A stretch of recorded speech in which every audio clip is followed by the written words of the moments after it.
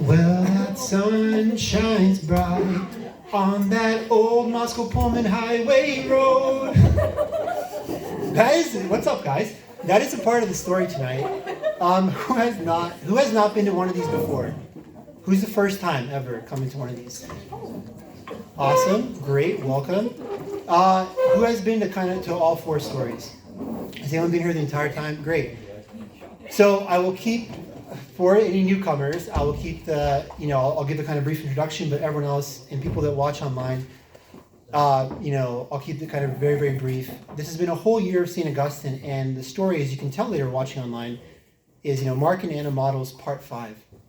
And there's a very, very serious point of this where we've gone through St. Augustine, and the first chapter was City of God versus City of Man, the problem of evil attractions and attachments. Last time was chastity. Tonight is on Proto-Protestantism, Donatists, and we'll finish with the concept of time. And in April, that last talk, the main characters and their spiritual advisor will review kind of the 100 points that they've gone over. So it's very, very serious in that point.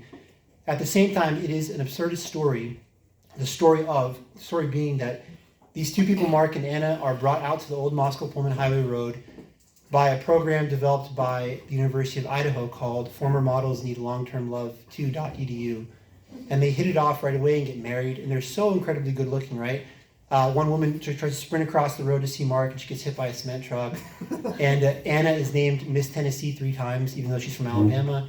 And there's this thing that's called the Hayburn desk effect, right? People remember from the second episode, they go on their honeymoon to Hayburn State Park, an hour north of us here.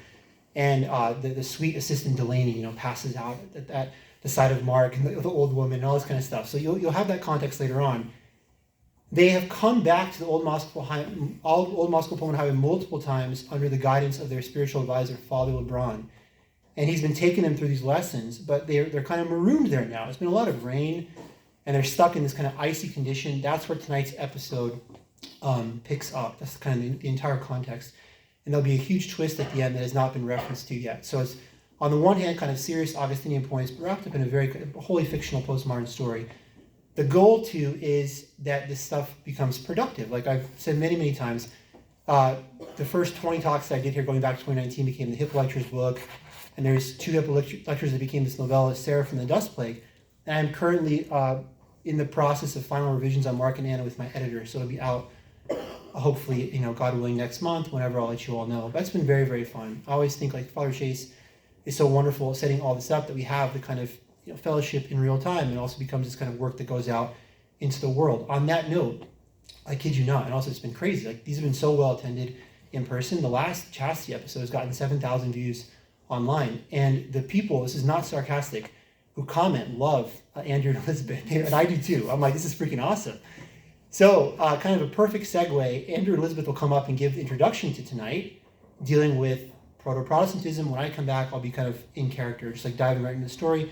At the conclusion, I'll be happy to take questions for as long as you like. So if you'll join me in welcoming Andrew and Elizabeth.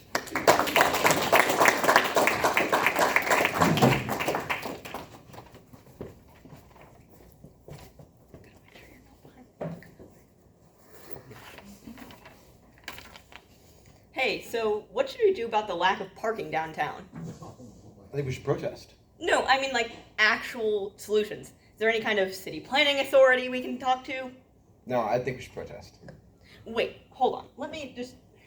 We should get a sign and mark No, it around. look, literally. It took me like 2 seconds of searching, and I found the city planner site. Look, excellent. A special submission box labeled, quote, "Let us know what we can do to make your daily life better." Done. Perfect. Honestly, I'd rather protest. You mean you don't want to fix the problem? No. Here's the solution. The city planner has the authority to fix the situation. Authority? Authority? Like what is this guy? Like he's the vicar of city planning? Like he's the pontiff of parking? Like, who do I care? Let's just protest. Just protest loudly, make a big mess. That's not going to do anything. Plus, call him whatever you want. He's probably a reason he's in charge of the department. No. Every man his own city planner. Every man his own city planner. Just a man and his map. That's all you need. Then how come you and all your every man is a city planner friends have such different and irreprehensible differences about the same city map. It's the same map, but so many different opinions. They can't all be right. Remember your one friend, Ted? He literally said last week that according to his interpretation of Moscow's map, Moscow is actually in Vermont. And there's no authority to settle this? Who's to say he's wrong? I don't know. I think we should protest though, loudly. With like booming and thumping and like awful music that's all, off key and like way too many water references and really unimaginative lyrics. And the silver lining is, it really sucks. I'm going to see the city planner. While I'm down there, I'm going to enroll you in RCPIA, the Right of City Planning Initiation for adults. That's just what you and your friends need. And take heart. There's help. There's hope.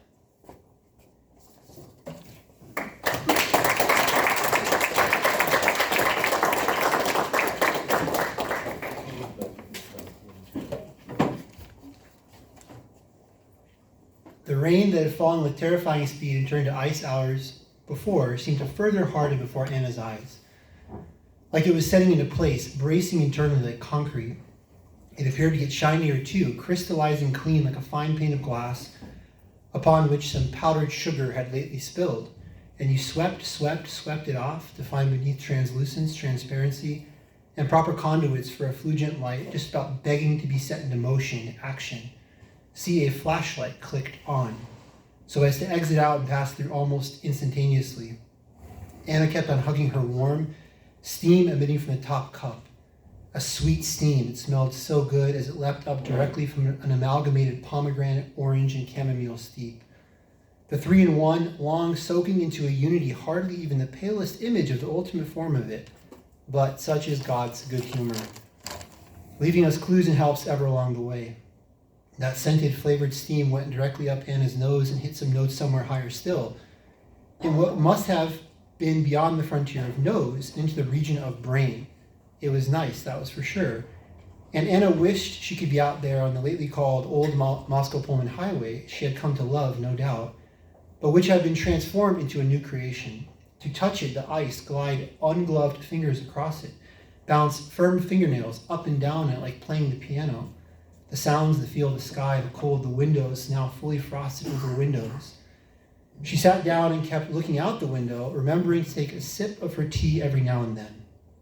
Speaking of bracing internally, Father LeBron had told Mark that was the most important part of the deadlift movement. Set up at the bar midfoot, bend over and grab it just outside the feet pointed out a bit, and bend down into place, keeping the hips high. Fine. All this was good and true, but the key was the internal brace. Right after you shook the slack out of the bar, the brace initiated with a firm exhale, and then you were just about ready to go, eyes straight ahead. Push the floor away with you with as much leg drive as you can muster. Father LeBron was right now, as Anna looked out the frosted window past the steam coming off her cup, hitting an 8:15 triple, with plans to cool down to the tune of one set of 5 at 600, as many reps as possible, as explosively as possible at 3:15. Then he told them, we'll begin our 5th and penultimate spiritual advising lesson on Donatism and Proto-Protestantism, he had told them, whatever that meant. You sure you don't want to tell us what's going to happen? Mark says to Father LeBron. No. Really? Yep. So no, you're not going to tell us? No. Why? Don't want to. Really? Yeah, don't want to. So no, but guys, Father LeBron says to both Mark and Anna, you have to trust God, trust in his providence. In doing so, know that you have free will. You're not puppets on a string here or anything like that. No one is. God's will can be thwarted. Why? God willed that his will could be thwarted. God desires that all men, all people, be saved. But some we know are not.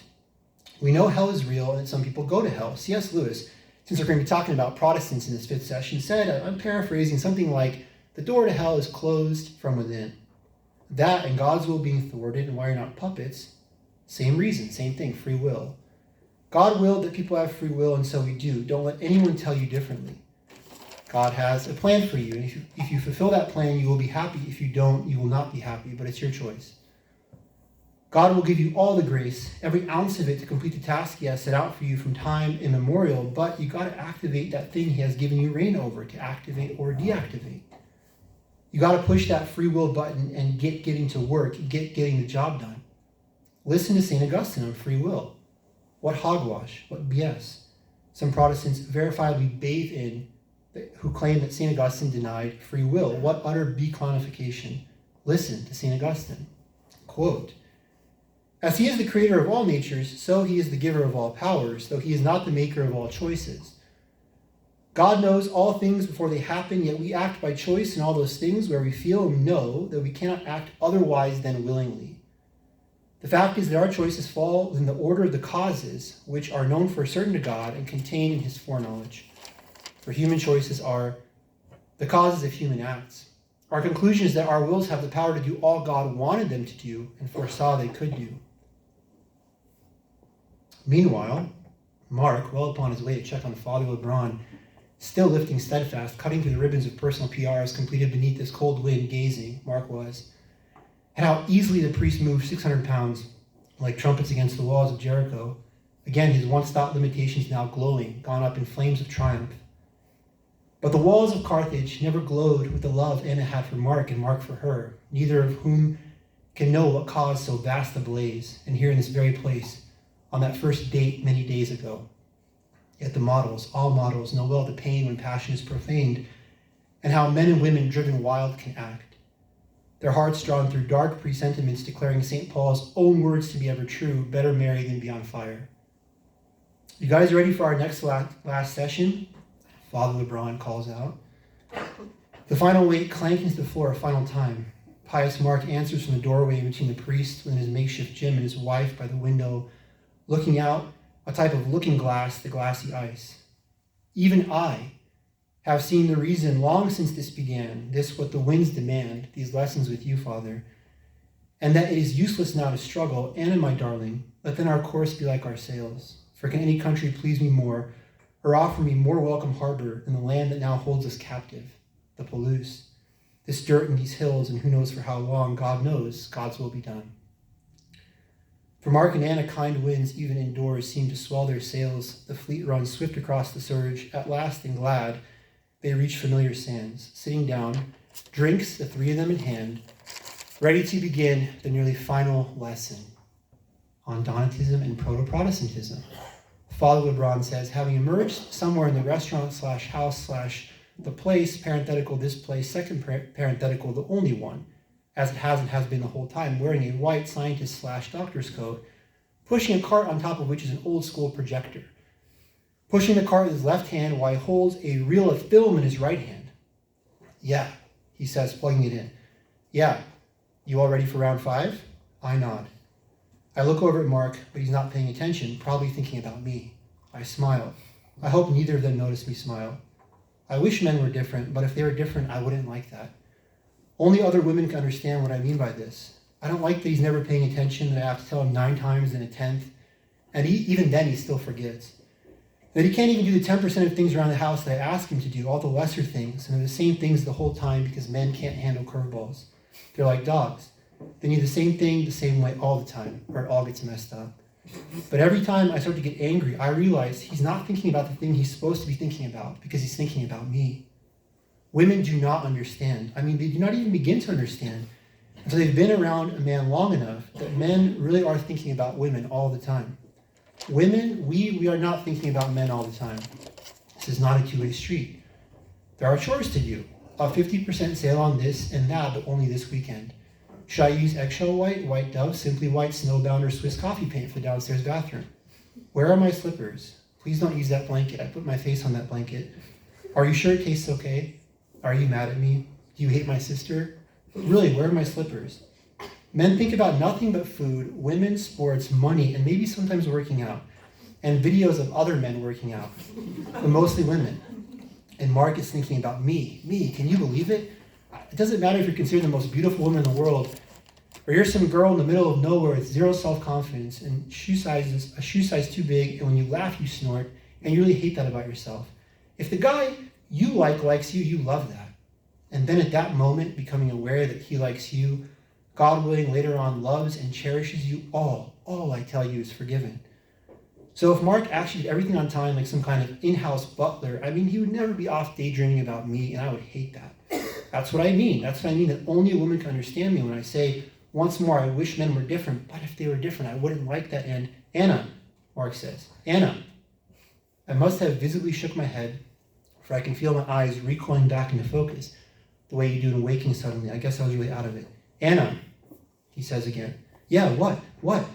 Are you cool with that? Are you cool if Father LeBron turns on the projector and begins the next lesson?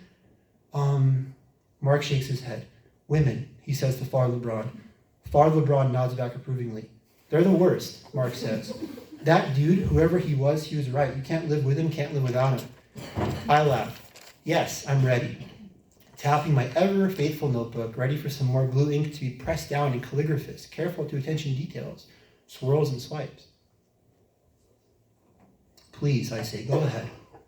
I know, okay, I like everything about Mark. Fine.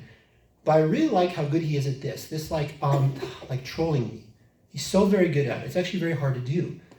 To actually disrespect a woman and be mean to her, oh no, I wish all men in the world knew that. No woman likes that.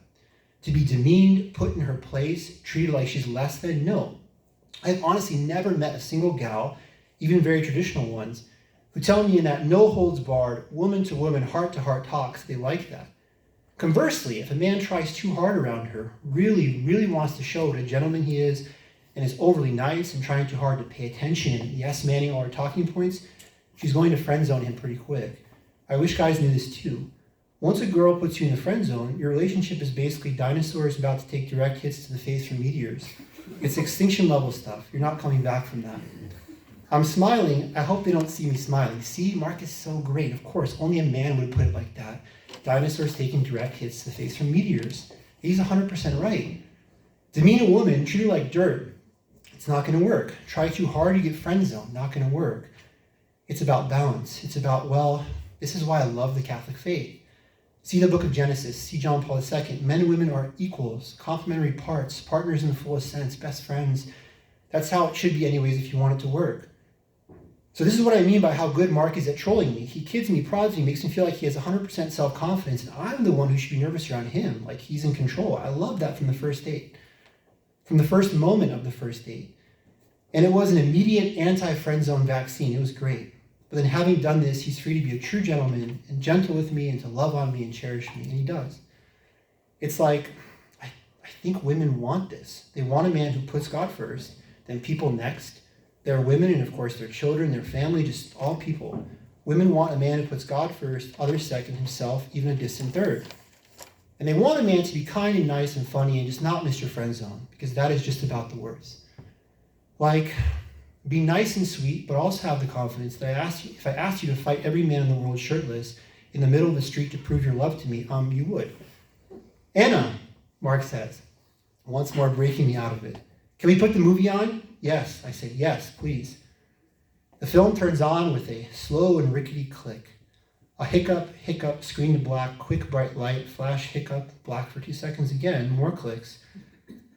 And then a man, someone out of the 1950s prototypical stereotype, let's just say Rod Serling, cigarette in hand, old school black and white Twilight Zone, walks up, looks at you, the viewer, and says, read the following and commit it to memory.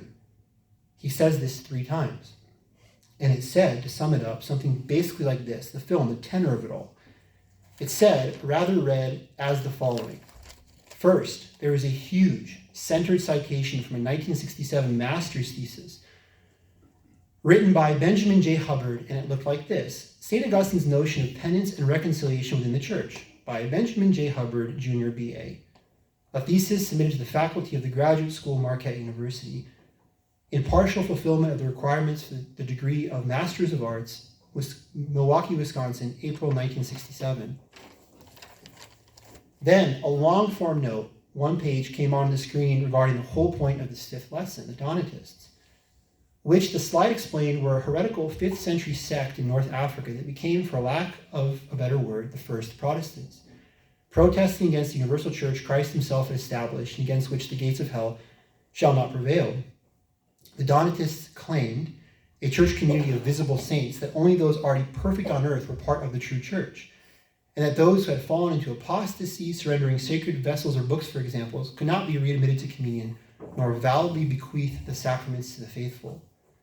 Augustine countered by explaining, among other things, the personal holiness of the priest, whether he be saint or scoundrel, has zero bearing on the validity of the sacraments. The real presence is the real presence all the same, whether the priest is holy or in grave sin. Augustine argued that, of course, even the worst sinners, post the sacrament of reconciliation, could be fully readmitted to communion. And Augustine argued that while on earth, a church of perfect, visible saints is not possible. We all struggle on, hopefully towards paradise by the grace of God here, in this valley of tears, but together as one church, one faith in baptism, not the already elect and damned, while still in the flesh here. As St. Monica spent decades praying for the conversion of her son as Bishop of Hippo from AD 395 on, spent the same time fighting the errors of the Donatists, a thoroughgoing one being their Protestant proclivity to reduce the universal to the local and particular.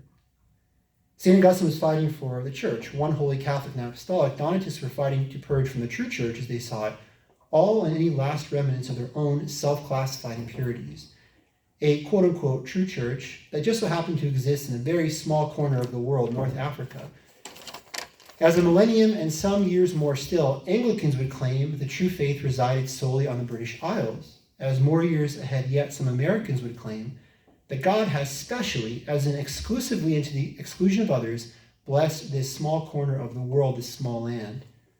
Heresy always has that as a telltale sign, reduction of the universal to the small and tribal. That was the end of the note. And that note the film projector showed was not part of the Hubbard article, but the following, these slides, see and commit to memory were. And that same man who had opened the proceedings said, quote, excerpts from Hubbard are presented unaffected. Just see them and do with them as you will. The gold mine is gilded beyond measure. You do not seek to improve gold, you just display it. Here are some quotes from Hubbard displayed. Hence the sacraments give her visible character to the church, and in a sense build her up externally, yet they also give the church her internal unity, since they are indispensable for eternal salvation and are not to be found outside of her. The effect of these sacraments is indescribably great, and to treat them contemptuously is to be guilty of sacrilege. For to despise what is indispensable for complete union with God is to become God-less. Having already mentioned that the sacraments give internal unity to the church, we now turn specifically to Augustine's teaching on the church as the body of Christ, as an invisible and spiritual organization. The sacrament which most especially makes possible the spiritual unity is Christ's body. Of course, the Eucharist. The Eucharist is our daily bread, our power for good, which is shown forth therein in unity. That is to say, we are made into his own body, and having made into his body, we ourselves become what we receive. Satisfaction for sin must be made to the church as well as to God. Consequently, the bishops are empowered to assign periods of penance depending upon the gravity of the sin. The idea of sin as offense against the people of God was mentioned in connection with our evaluation of the penitential liturgy in Augustine's time. Here the Bishop of Hippo clearly states the idea. He then gives it its theological basis.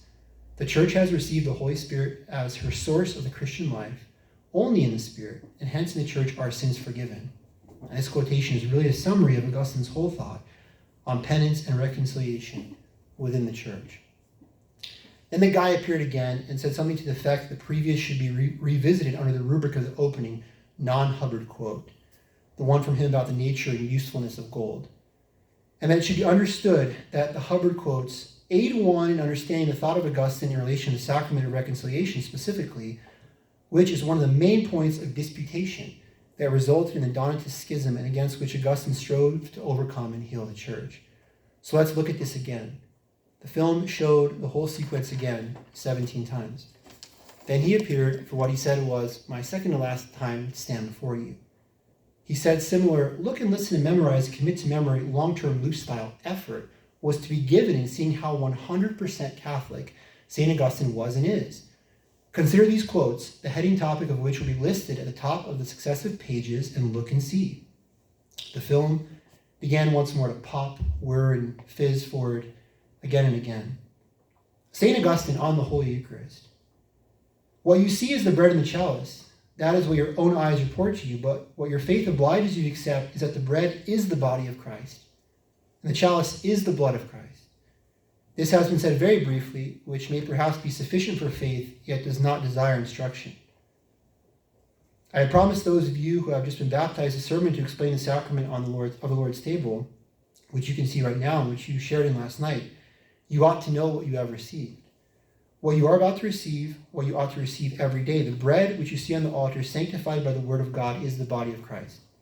That cup, or rather what the cup contains, sanctified by the word of God, is the blood of Christ. St. Augustine on the Blessed Virgin Mary.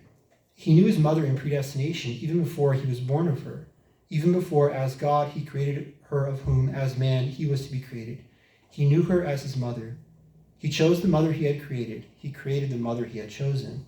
Having accepted the Holy Virgin Mary, concerning whom on account of the honor of the Lord I wish to have absolutely no question in treating of sins, for how do we know what abundance of grace, for the total overcoming of sin was conferred upon her, who merited to conceive and bear him, in whom there was no sin? So I say, with the exception of the Virgin, if we could have gathered together all these holy men and women whom they were living here and asked them whether they were without sin, what do we suppose would have been their answer?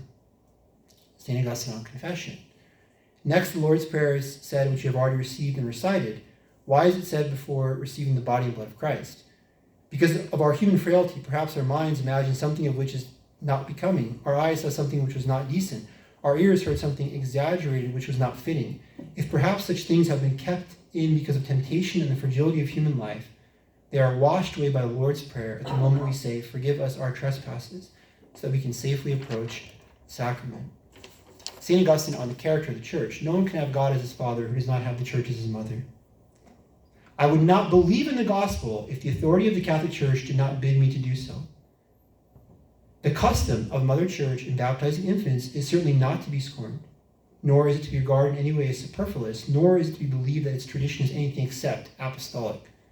Wicked sons do not have the Holy Ghost in the same way as do beloved sons, and yet they do have baptism. So too heretics do not have the Church as Catholics have, even though they have baptism. There is nothing more serious than the sacrilege of schism, because there is no just cause for severing the unity of the Church. The man then appeared a final time, now smoking a cigarette, holding a glass of whiskey in his other hand. I'm going to play a final slide 7 times, he said, just so you, all people, I mean everywhere, gets it. Got it? But note, the first 6 slides will go on in succession. Before the 7th slide, there will be 5 blank pages, just to prep your often blank minds to really get it. Got it? He extinguished his cigarette in the whiskey glass, threw the whiskey glass off a side wall, the smash of it pyrotechnically impressive. Then he walked away. Pop, weir, fizz, forward. The following text appeared on the slides 6 times in a row, and a robotic voice read over and over again. St. Augustine was not a Protestant. He's one of ours. Kick rocks, punch walls. He's Catholic. St. Augustine was not a Protestant. He's one of ours. Kick rocks, punch walls. He's Catholic. The film went back to static, then back to black, this time for good. Not a moment too soon, for the 3 of them turned at the same time to knock at the door. They've arrived, the 4 horsemen. This, yes, only except for the fact there are no horses, only 4 guys, and they came as if snowshoeing. The snowshoes still cramped under their feet, the 4 of them holding a total of 8 poles, naturally well geared up, all of them, wearing what looks to be very hardy and sturdy winter coats, and hats and gloves. Each of them has a backpack. It's gotta be them, right? Mark thinks. They knock again. Father Lebrun turns off the projector and opens the door. A great gust of cold, no, freezing air shoots in and hits them directly in the face. Mark winces. Anna puts out her cheeks all the more in the "yes, please, give me some more of that" fashion. The 4 guys, they look to be about the same size, medium build, height ranging anywhere from 5'7" to 5'10", did this. Rather, this is what happened to them from first foot into the door. And this is the literal retelling of the scene. No embellishments, just the facts, as it was. Nothing more or less. Imagine, it's a low-A baseball somewhere in the summer of 1882, somewhere in Iowa, not far from what was called Iowa College. And the field of dreams there, this is not yet. And if the batter could work a count full to a 3-2 remuneration, another ball or another strike ending the plate appearance / at bat, depending on formers and ladders. And but June 17th, 1882, because it is June 17th, 1882, and baseball in Iowa. And Iowans know that was the date of the great summer cyclone of 1882. So just imagine a guy is calling this game and he says, the count is 2-1, folks. Anderson works from the stretch, checking the runners at second and third. 2 outs, bottom of the 6th, and, Yes, that is a tornado, a large tornado approaching with considerable speed. It looks like it's on a direct path towards the left center field wall. So yes, as he reported that, I'll report this, just the facts. This is what happened to them from first foot into the door. Each one of these four, well outfitted for the winter conditions of the old Moscow Pullman Highway, 4 horsemen, walked in from the outside, made a start to remove something, a hat, a glove. But each one of them, in quick succession, like a domino hits a domino, keeps on hitting all of the dominoes, until London Bridge is falling down. Domino Bridge is falling down, My Fair Lady, looked over at Anna, caught a glimpse, that's all it takes, and went through a very rapid mental process of keywords, woman, wow, beautiful, the most, ever, before passing out cold. The Hayburn front desk effect had struck yet again. It took more than half an hour to get all 4 of them revived and into sitting positions on couches and chairs. Look, Father LeBron says, showing them a magazine that featured Anna in her heyday. It was a photo shoot she had done in the Gulf of Mexico on an oil rig. It was considered her iconic shoot. Look, he says again, flipping back and forth to the photos. This is Anna Davenport. She's here. You idiots have to deal with that. Can you handle this type of beauty? Look, showing them all the photos again and again. It must have been working, for the 4 guys seem to be progressing from first look blacked out to now I'm looking like a Da Vinci painting or a Michelangelo sculpture, appreciating it, conscious. You guys understand? She's here. You have to deal with that because we've got serious things to get down to. Are you okay? Are you ready to look at her again in real life? 4 men nod. Anna comes back into the room. This time only one of them faints. He gets the Gulf Coast oil rig treatment again. This time, what is meant is afterwards, after coming to, again, he's okay. His legs get a little shaky, laying eyes on her a 3rd time, but he does not pass out. Mark, seeing all this, having been witness to this entire scene, feels a mixture of embarrassment and pride. The former for them. These 4 guys, 4 horsemen, my butt. You don't get a title like that if you faint in the presence of a pretty woman. But then, and here came the pride. Mark had been working on this pride. It was usually at the top of his Bless Me Father for I have sinned, it has been 6 weeks since list. But then, again, the pride that I'm nothing like these tools, these B-team 3rd stringers, horsemen, Yeah, right. Because I walked up to Gulf Coast Anna first day in the restaurant, and told her what's up. Let her know, yo, and hey girl, and girl, look, girl, what up?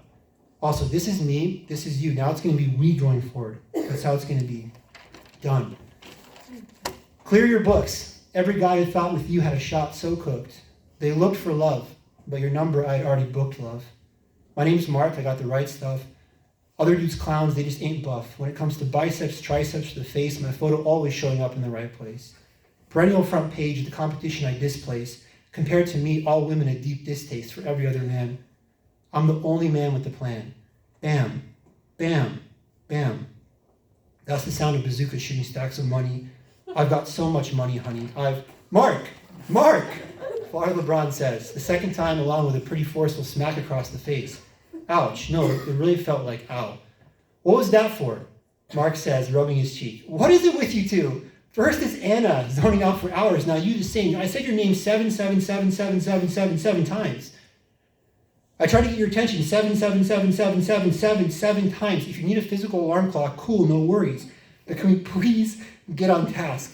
Between the 2 of you daydreamers and guests unable to stay conscious, son of an expletive beep, am I the only fully functioning person in this whole cohort? Like you said, pointing to Mark, I'm 95 years old. I'm the guy who should be taking naps and being handed a warm cup of tea from a nice nurse in her late 20s with a great, truly great, almost like dental hygienist level beautiful smile. The kind of smile that will make a single man who has just had his teeth cleaned respond to her saying, okay, that just about does it. Spit in this cup right here and watch your head as I bring the seat back up. Would you like a new toothbrush and some floss in your dental hygiene goodie bag? No, thank you. Can I have your number though? Would you like to get a cup of coffee sometime? I'm the one here who should be zoning out, dozing off mid-thought into dreamlands replete with chess championships with my friends. Rottweilers frolicking in wildflower-covered hills. Pool party at noon, I'm already in my trunks. Bridge, check. Pinnacle, you already know Thelma and Stella are running that table daily at 2:45 p.m. Watching reruns of Mary Tyler Moore and the Brady Bunch after dinner at 4 p.m. But you too, you just can't seem to stay on track. Get it together, please. Can we please get this whole deal back on the tracks and moving once more? Someone once commenting on how the Buffalo Bills 100% got that fourth quarter, 4th and 1 against the Kansas City Chiefs in the 2025 AFC Championship. because their QB, Josh Allen, who had gained the yards in a QB sneak, is, quote, built like a runaway freight train. Meaning by that, there is no way you stopped him on that play. That guy read my mind. Please, can we please make this session number 5 a runaway freight train, where even if we wanted to, we could not stop it, ensuring that we will finally, mercifully, bring this session to an end. That hurt real bad, Mark says, still rubbing his face. Stop being such a pansy, such a little... It hurt, man, Mark protests. You hit me with your hand. You have an almost 1,000-pound deadlift. You hit me with a hand that has grip strength like that. I thought a boxer had just hooked me in the face. At this point, Father LeBron has reached the end of his rope. In these moments when he's most frustrated, he does parody songs. And so he launches into one of Bohemian Rhapsody relative to the situation. Mama, I just slapped a man, put my palm against his face. Girl, I put him in his place. Mama, are you ready or not? Last time I'm asking you, we're shutting this 5th session down. If no, not ready, if shut down, yes, I'm going to go out to the gym and do lightweight. 400 or 500 pounds, something like 80 reps, 75 reps per set. And I'll blast that awful music where the guys just flip out and yell stuff that makes no sense as loud as possible into the microphone, as loud as possible. Double. They're as loud as can be. I'll play it as loud as the stereo will allow. I promise I'll break the dial, turning it right as forcefully as I can get as loud as possible. Don't make me do it. I promise I will. Why don't you play hip-hop when you lift? Mark asks, isn't that better? Hip-hop, Father LeBron says. Yeah, you know. Mark says, proceeding to demonstrate, freestyling for about 10 seconds. It's enough to get Anna dancing again, just like on the airplane. Anna is such a good dancer, it's truly hard to explain. Suffice to say, the greatest female model of all time might have missed her calling as a dancer. So, what are we doing? Father LeBron says. Let's continue the 5th session, Father. Anna says eagerly. Emphasis on the word eager. It's perfectly done, her response. That pilot, rather the FAA guy, who thought she was a movie star, was then corrected by John Anderson pilot that not a movie star but a model. Maybe he was onto something. So perhaps 2 different life callings missed, and yet what a landing still. Her response, it was so well done. For it was like she had really said, now, Father, dearest, I do believe with every fiber of my being that it would be excellent, even so well if we would continue, please, Father. We hang on your every word. Mark loved it too. His thoughts right now are basically Anna, Anna, Anna, Anna, Anna, Anna, Anna, Anna, Anna, Anna, Anna, Anna, Anna, Anna, Anna, Anna. Father LeBron is becoming standard practice, pacified and encouraged by Anna. The 4 horsemen are sitting on the couch. Each one of them is awake and alert. So maybe this 5th session could be seen through to the finish. What are your names? Father LeBron asks them. Matthew, the first one says. Mark, the one right next to him, says. The next 2 follow in, if you were to be paying attention, in anticipated order. Luke, John. No. Father LeBron says, no. The 4 look at him with blank stares. While you're here, you'll go by Maddie, Marky, Lukey, and Johnny. Luke does not like this and makes a start to protest. Are any of you Catholic? Father LeBron asks. They all, and practically at the same time, shake their heads side to side. No. So what are you? They answer in the same order they had introduced themselves. Christian, non-denominational. Christian, Baptist, I think. No, Presbyterian, Methodist. That's my family history. Yep. LDS, Mormon, Latter-day Saints. Just Christian. Lukey, Father LeBron says. You're Mormon. Yeah. Dude, you have no idea what God has planned for the Mormons. No, I think I do. I mean, Heavenly Father, you have no idea, Father LeBron reiterates. He can read souls, Anna says. What? Luke asks. He can see beyond normal things, Mark says. Mark the model says it should be specified, not Mark the horseman. Mark the one who told Gulf Coast Anna, what was up, girl, what up? God has blessed him with, he just knows things, man. It is what it is. What is, Luke says. God has huge plans for the Mormons, Lukey. I'm talking about 1531 Hill of Tepeyac style. I'm talking about millions and millions of Aztecs doing very, very big bad stuff. And then in one instant, God sends Nuestra Senora and just about overnight, all these formerly bad guys convert to the one true faith, and Mexico is born.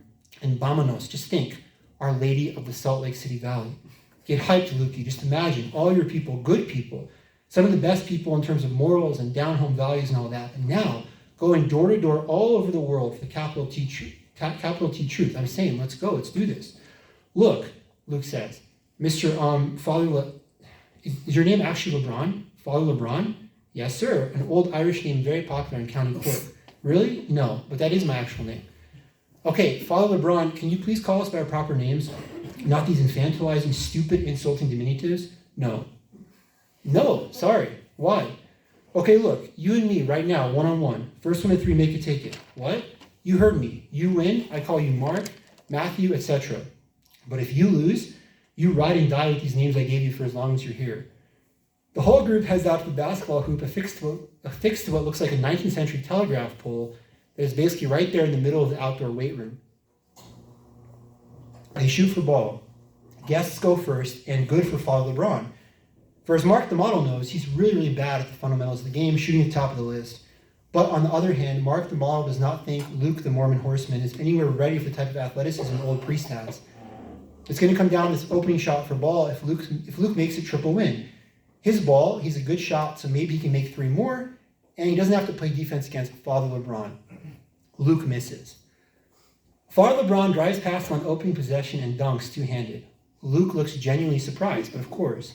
Luke tries to play better D-next position, but to no avail. Father LeBron backs him down into the paint, pumps left, Luke bites, Father LeBron spins right, and two hands, another dunk, 2-0 Priest. On possession 3, Father LeBron makes known with actions, not words, that he's done playing around. And he really wants to wrap up this spiritual advising session number 5. He takes one step to the right and then takes off. He takes off from behind the foul line and throws down a massive windmill dunk to finish off his opponent, finishing the game. Matty, Marky, Lukey, Johnny, ha, you all ready to begin?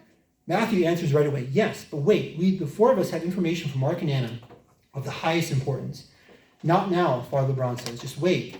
Just wait, Mark the model asks. Just wait. You've been flipping out the whole time. Let's go. Oh, come on. Boo-hoo. Come on. All that. You just threw a tantrum before, threatening to do over 1,000 total deadlift reps if we didn't get on with it. And now you're saying slow down?